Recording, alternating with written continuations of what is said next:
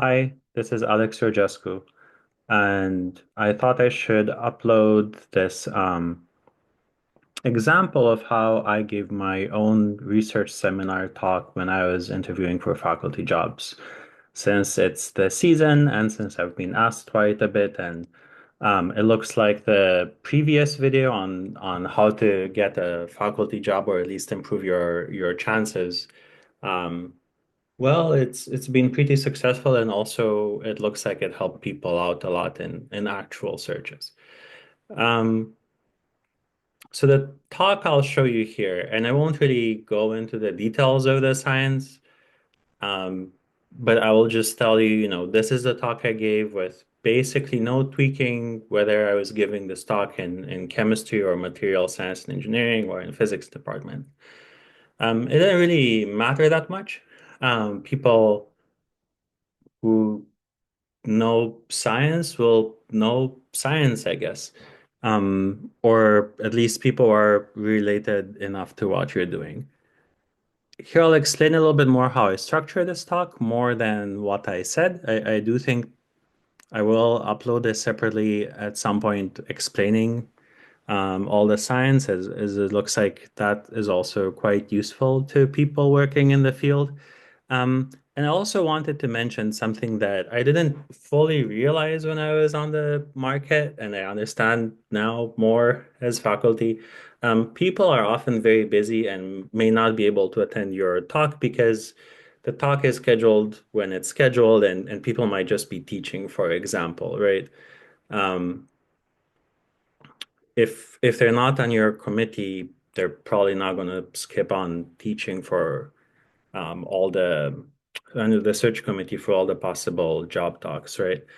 So don't assume people saw your talk when you talk to them unless you actually saw them, or at your proposal talk the next day. The next day you should have like a 2-minute summary of your achievements from this talk. And your talk should be quite clear, a sign you can teach. And remember, at the end, you'll get some questions. Try not to get defensive or upset. Try and be sure you're going to be a good colleague. Okay. There will be some parts of your talk that will generally be, or maybe should even be a little too technical for everyone to understand, and that is fine. So you want what is often called like an hourglass structure, where the intro and the end are kind of broad, but some parts in the middle should really show you can do new, difficult technical things. Okay.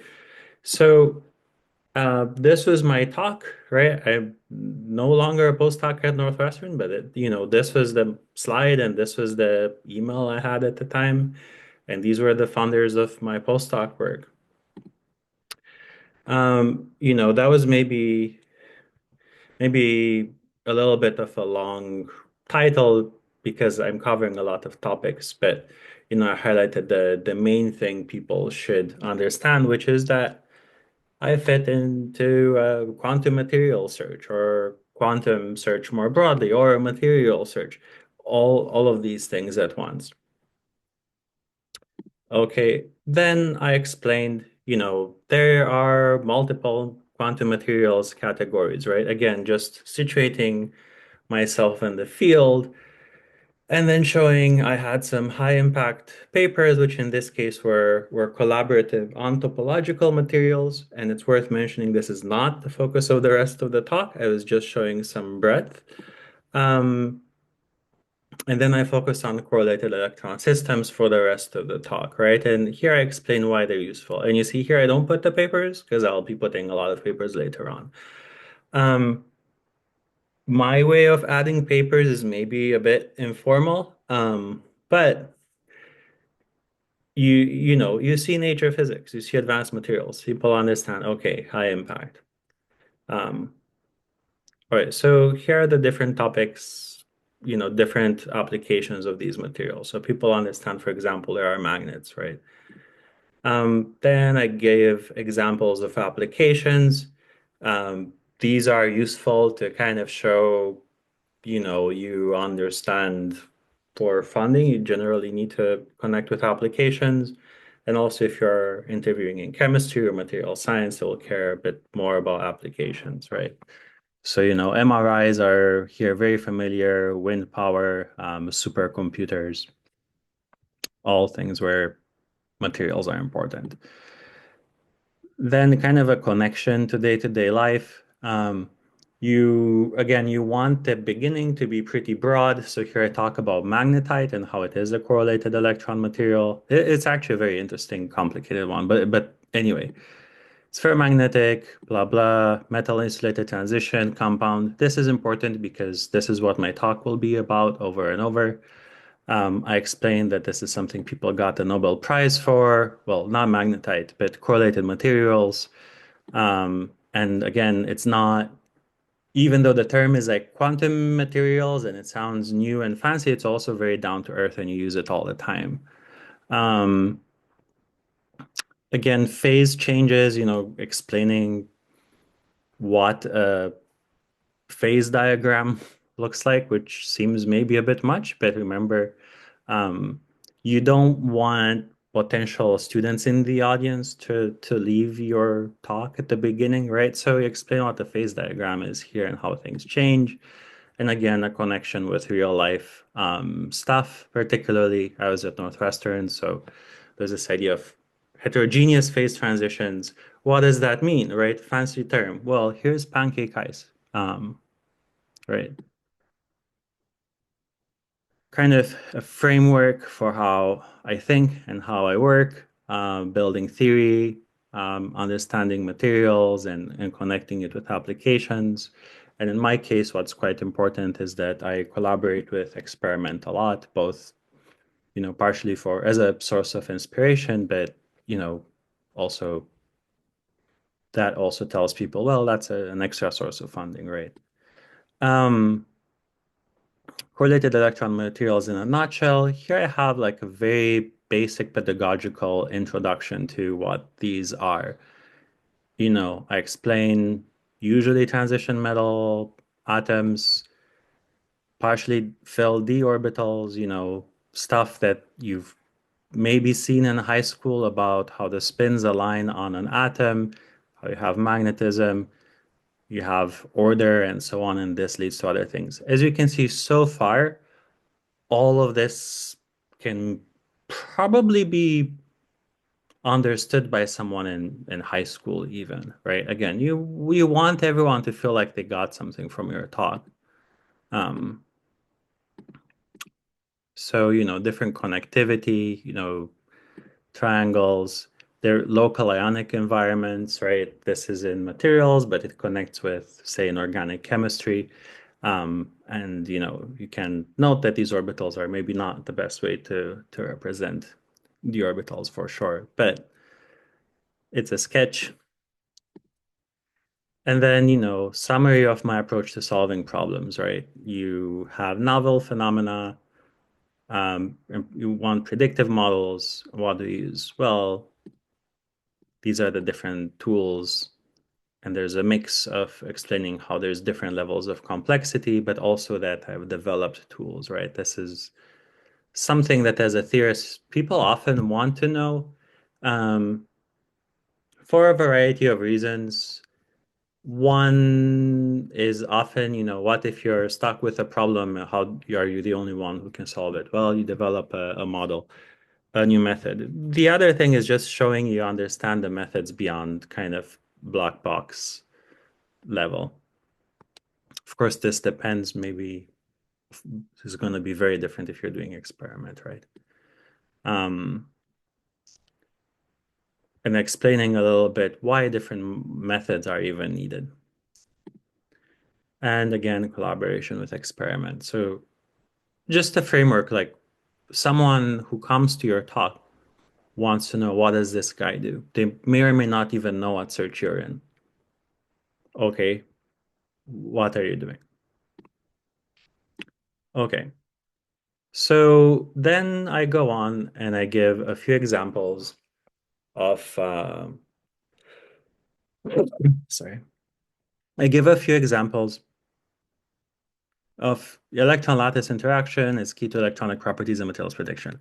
Here I should mention I shouldn't have said lattice, but ionic um, positions, but fine, you can have some mistakes in your talk. Um,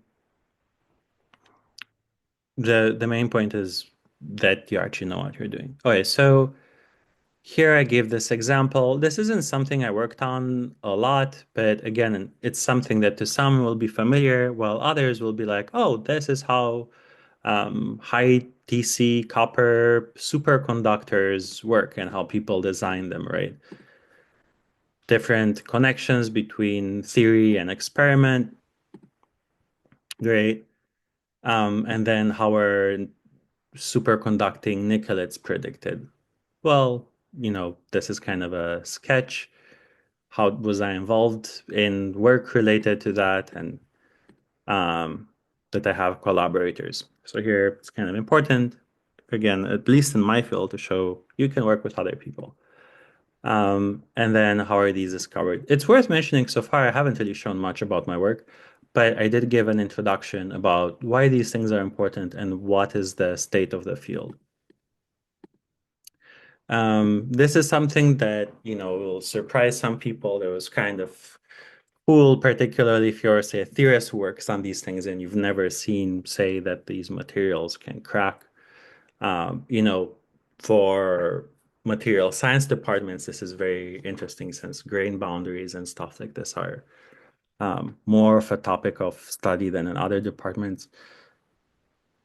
Again, just showing you have a background and you understand things from a variety of directions. As a theorist, it's kind of important to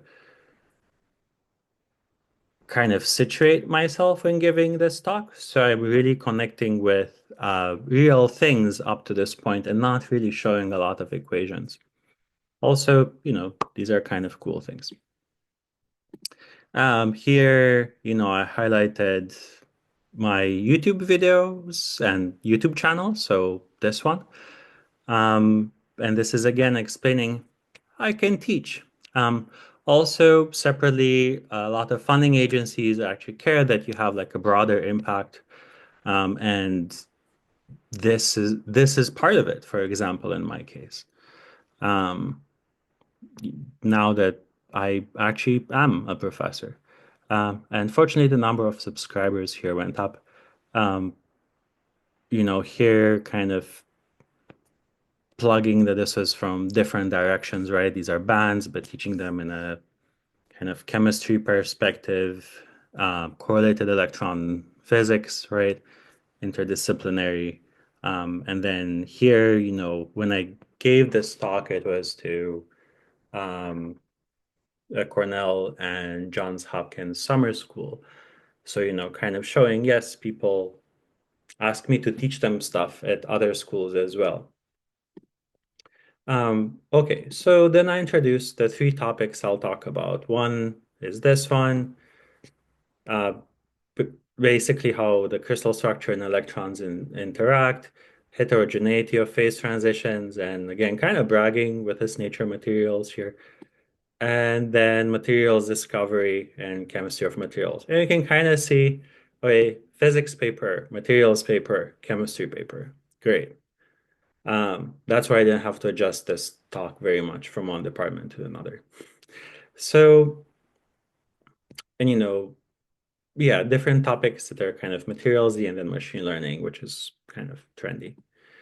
Okay, so starting with this, basically the whole topic here is, you have a crystal structure, it changes from one symmetry state to another, and the electrons do as well, and how are they coupled? And this was actually a long-standing problem in materials. And some people will advise you, no, don't list your mentors, show you're independent. Everyone knows you're interviewing as a postdoc, so I don't I don't know if I agree with that. Like it's you worked with who you worked with, okay. And I also think it's nice to thank people who helped you out um, when you give your talk. It also puts you in a nice mood, gratitude and all that stuff. And then here again, I explain. introduction to the field, how these metal insulator transition compounds behave, why they're useful, cite some of my own papers. Some papers, this one I think was from Hewlett Packard, so actually applications to industry. Again, kind of important to some extent if you're a theorist to show you know applications. Smart windows, things that people haven't thought of very much, or most people don't usually think about when they think about quantum materials, right? Windows. Um, and explain which ones would be useful.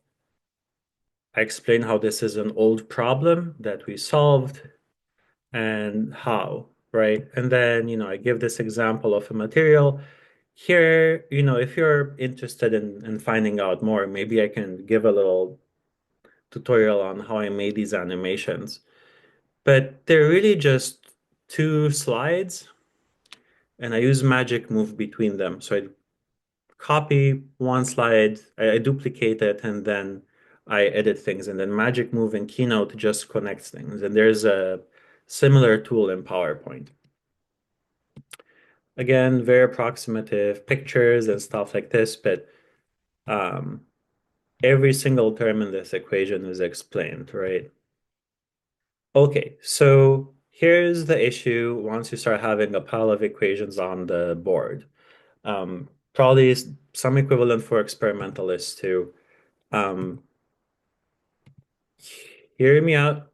My case, every single time there would be some students, some people really not in the field, just leaving.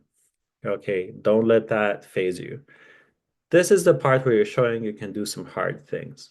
Um, that is fine. Some people will not understand the very technical parts. They are most likely not the people who are going to vote for you to be hired or not. Okay, it's just how it goes. Don't let it phase you. But yeah, again, lots of animations. One of the reasons I use a lot of animations is my hands shake when I give a talk. Okay.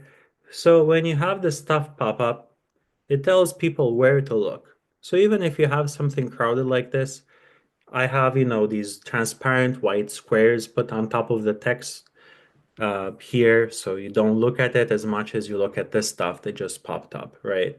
Um, you always want to make the viewer look at what you want them to and not have to worry too much about your laser or your hands shaking or stuff like this. Right? Keep going, explain this paper, see cool paper, two authors. I'm the first author. Um, More equations, um, fancy plots. You should make sure your plots are fancy. Um, and Yeah, then basically discussing some equations. Here is actually some feedback I got from a former student in the group I was in to actually put sketches of the crystal.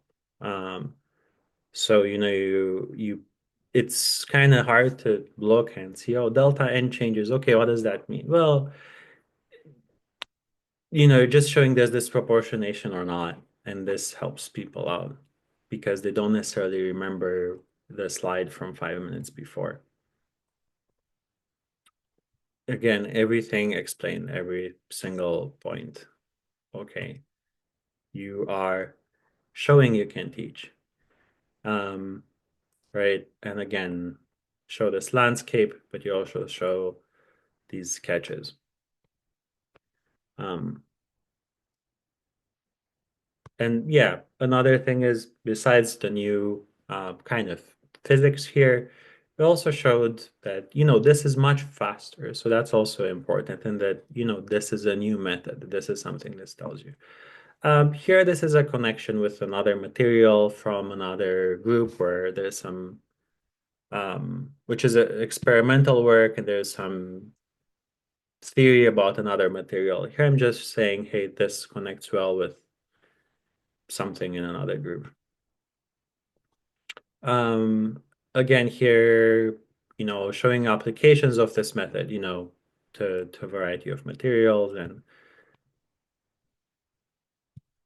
yeah, this is just applications to different materials, papers, wide applicability, right? So here, even if you're not following all the details, you understand this guy came up with a method and applied it to a bunch of materials. And it works in every time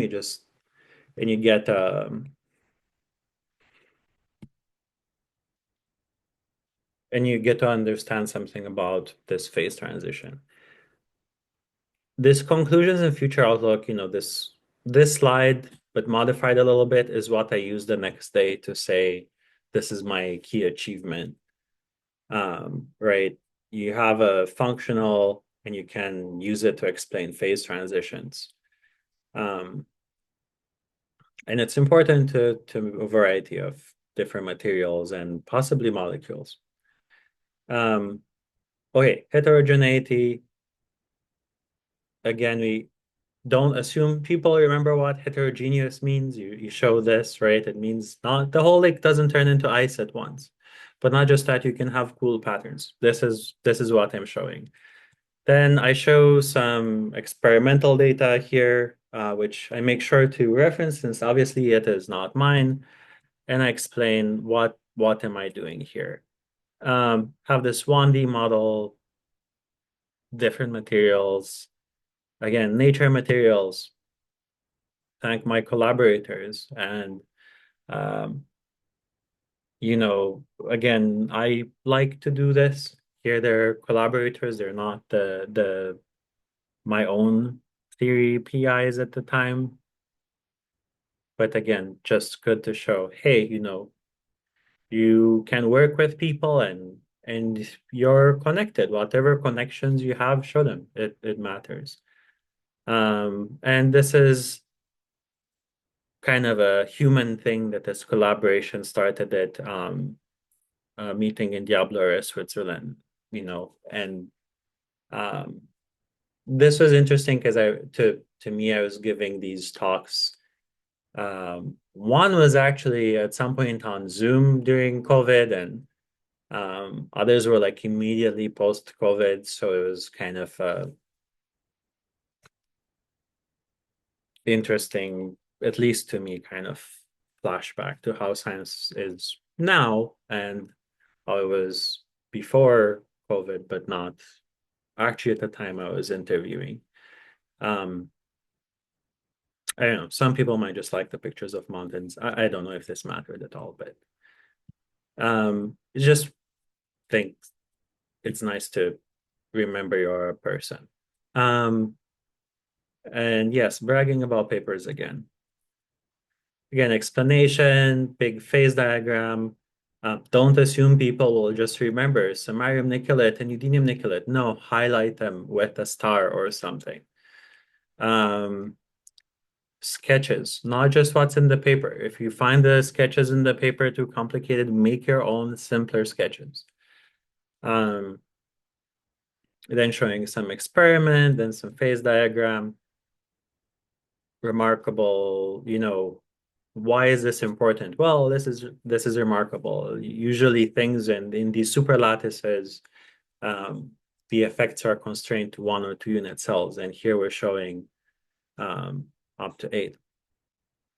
We show a little bit about experiment,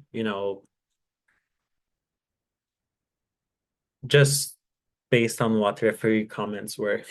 But here people would ask, are you sure it's not X or sure it's not Y? And even though I'm a theorist, I should know what I'm modeling, right? And then, what are the questions and what's the answer to each question? Okay, have simplified theory. Everyone can understand this. Have some lines and a phase boundary cost that we assume is constant, and it ends up matching very well the experimental data. Okay. And then further papers that built on this work that I'm not actually on, right? That's also interesting. People took it and found it useful. And then why is this important? How could this is something that actually builds into the proposal I had for research. Okay, and then this is a paper that's actually published now, basically showing, again, I built some simple methodology and I applied it. So now this is in advanced electronic materials. Um, and then this is again connecting with the stuff from the first one, from the first topic. And then future plans, right? Will simulate real devices building on this theory. And it's important to have plans. They might change, but you should be able to formulate what you would do that's not just what's already been done. You're not just gonna go and have no ideas. Okay, then materials discovery. So here, this is a work where I show why do we need materials discovery? Don't assume people understand whatever you're doing is important, right? Of course, you should discover materials. No, there should be a reason. You have some guiding principles. Um, what was the challenge you had when trying to solve the problem? This is the paper. Again, big collaboration and highlight various aspects of it. And then how does this lead to a better framework, right? Of materials discovery. And um, here, a big part is actually not just discovering materials, but understanding what models and what makes one material have a particular property from machine learning, not just that it has it. And building new models, right? People want to, I think in general, people want to learn that you can do detailed work.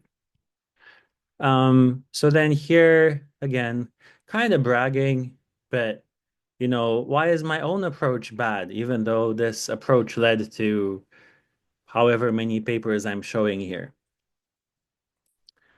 Well, look, I'm also self-critical. Anyway, so then you're explaining, what the other approach is, which is machine learning, sort of studying a material in detail, right? That's kind of the point here. What are the limitations of existing methods? Don't assume people know them because they absolutely will not know them, right? So I gave a talk in chemistry. There will be people in, organic chemistry or biochemistry who will not know what is a challenge in metal insulator transition materials. In physics, there'll be people from astrophysics maybe in your talk. In material science, there'll be people working on biomaterials or alloys. Again, you have to justify things and why they're important. Um, Worked with people. How did we update things? How did we discover materials? What's this database? And then here, again, thanking the people who actually helped you out. Like in this case, Carl Miller, who was a grad student in the group, um, who built a database of the compounds we have. Okay, so, it can show this is something people can use. Um, Again, explaining more about this machine learning model, the different features, how we understand the materials and what tools do we use. Make sure it's not just a black box again. And again, thanking the people who built these methods. Um, then what I was saying, about connecting new features to existing models, um, and a kind of an open question, something, can we do this in the future, right?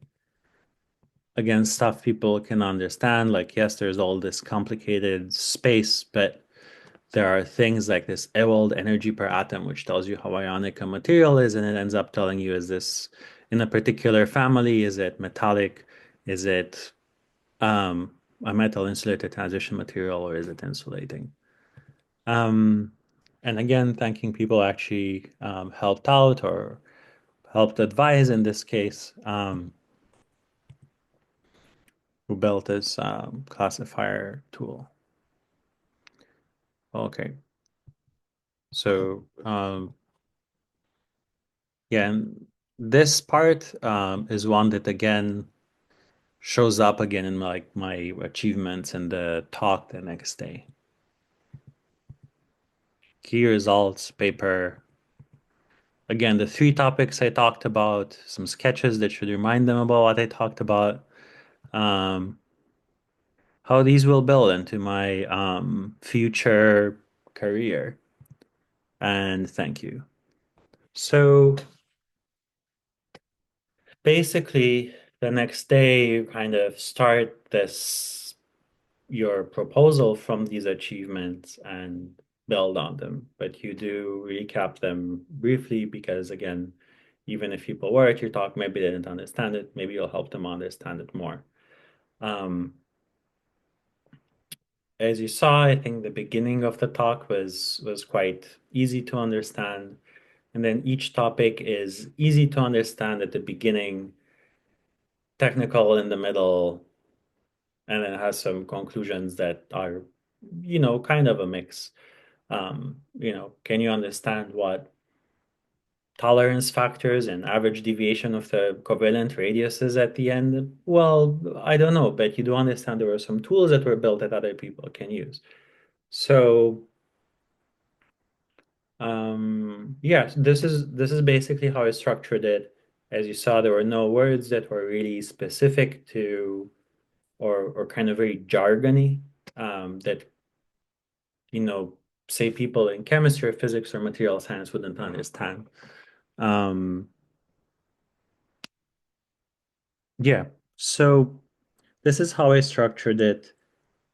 And if you have any questions about it or anything related to this, do email me, not at the Northwestern email, which doesn't work anymore, but at my IU email, and or message me here on YouTube. But this is how I thought about making this research talk. Of course, there are many other ways to do it, but I think this was quite successful in a variety of departments. So I hope this helps.